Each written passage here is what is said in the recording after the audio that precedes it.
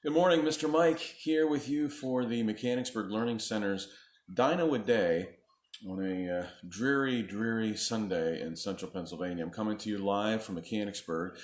Want to thank everybody for tuning in, for sharing, for posting it on their own Facebook page. And I want to let you know that they are now available on my YouTube page that you can watch 24/7. So at any point, if you want to review all of our Dino a Day episodes, they are available at Mr. Mike Scrignoli on YouTube. And of course, you can always watch them live, 10 a.m. Eastern Standard Time on the Mechanicsburg Learning Center's Facebook page. So once again, thanks for tuning in. Today's animal is really cool. Have a lot of fun with this one because it's so new. Love to talk to you folks about brand new dinosaurs and brand new discoveries and things that we thought were absolutely truth. Now we discover, oh my gosh, it's completely wrong because we made this new discovery. Also want to talk to you for a minute just about the fact that most interesting dinosaur discoveries, many of them, the majority of them, are made by folks like you and me just walking along and kicking stones or taking a look at the rocks as we take a walk in the woods or something like that. And scientists do make interesting discoveries, but folks like you and me are the ones that make major ones also. Just like we talked a few days ago about baryonyx discovered by a plumber who just happened to be a really enthusiastic rockhound. So today's animal is called Rhino Rex.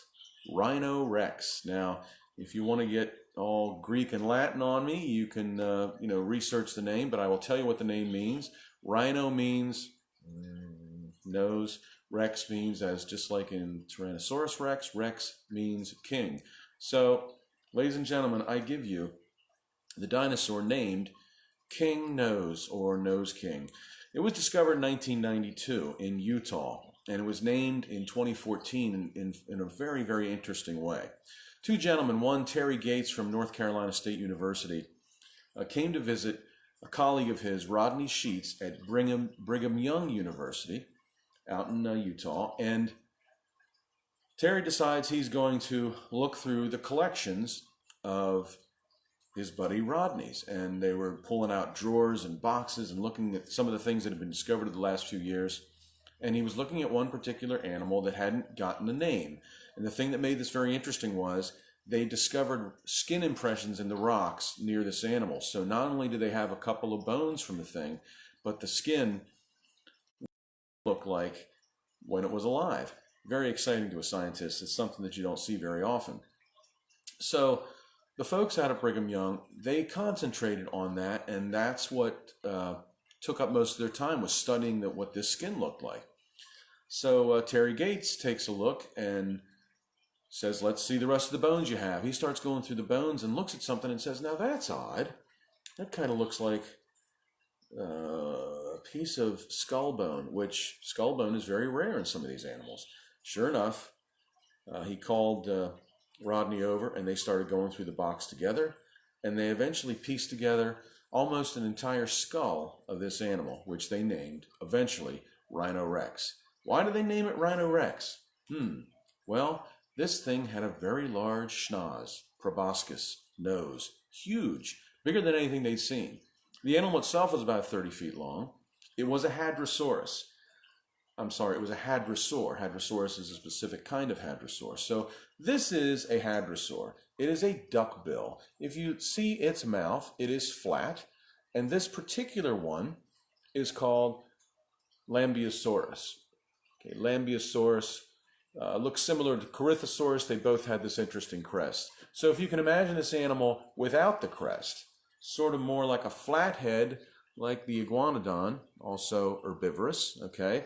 Imagine it without the crest, but in its place, a gigantic overgrown nose. Hence the term Rhino Rex. Here is another version.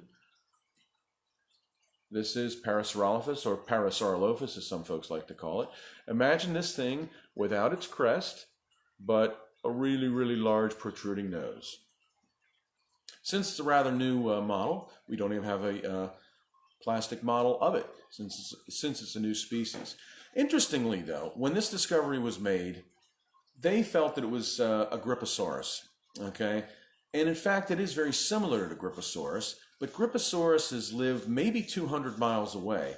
And in the vast scheme of things, 200 miles is not really a lot of room, but they kind of evolved differently, which led them to believe that they were separated by that shallow sea that existed in the middle of the United States. And so they were allowed to evolve their own little thing. Somebody got a big nose, somebody got something else.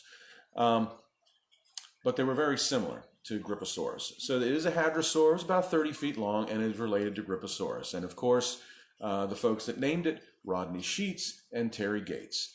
This thing lived about 75 million years ago. So since, again, it's such a new dinosaur, I decided, well, let me challenge myself while we're having this kind of quarantine situation. Let me go and write a new story, brand new, never disclosed, never shared with anybody, so you guys are hearing it for the first time, about Rhino Rex. The ink in my printer may still be wet, so thanks again for tuning in. Thanks again for all your shares. Make sure you share this one today. Very special. First edition of Rhino Rex by Mr. Mike. Sometimes you find a dino bone where you had least suspected. Sometimes it's right there, hiding in some rocks. Sometimes you have to travel far, much further than expected. Sometimes it's safe, residing in a box. This dinosaur, folks felt at first, did not need more inspection, and so its bones hid out at Brigham Young. Then Terry Gates told Rodney Sheets, "Let's check out your collection," and sought to find a dino yet unsung. Gates took a look and noticed that some bone chunks, old and dusty, appeared to be unique and rather rare. So he and Sheets kept digging through the specimens, quite musty. Guess what? A dino skull was waiting there. It took some time to clean the skull, and once that was completed, they asked the public to proclaim its name. Suggestions came in by the score. Each one was fairly treated, then they determined which one to proclaim. The dinosaur possessed a nose of legendary stature, much larger than a schnoz they'd come across. You'd think a nose of this great size would somehow help to capture the scents and smells of ferns and moss. Alas, this dino nose was likely just a nice adornment, its purpose to identify their breed. And maybe it was flashy for the dino girl's enjoyment, or maybe it fulfilled another need. So fittingly, they named it Rhino Rex, and I'm not lying. It signifies Nose King, and that's the truth. And though the nose's purpose is as yet still mystifying, I'll table my opinion till there's proof. The Rhino Rex. Freshly written by Mr. Mike, just for you guys. Brought to you by the Mechanicsburg Learning Center. Please tune in again tomorrow, 10 a.m. for Dino a Day. I'm your host, Mr. Mike. If you want to watch these shows, if you'd like to share it, please do so. They're all available right now on YouTube at Mr. Mike Scrignoli. They're available on Facebook, and please share them and enjoy them as much as I've enjoyed bringing them to you. Have a great day. We'll talk to you again tomorrow.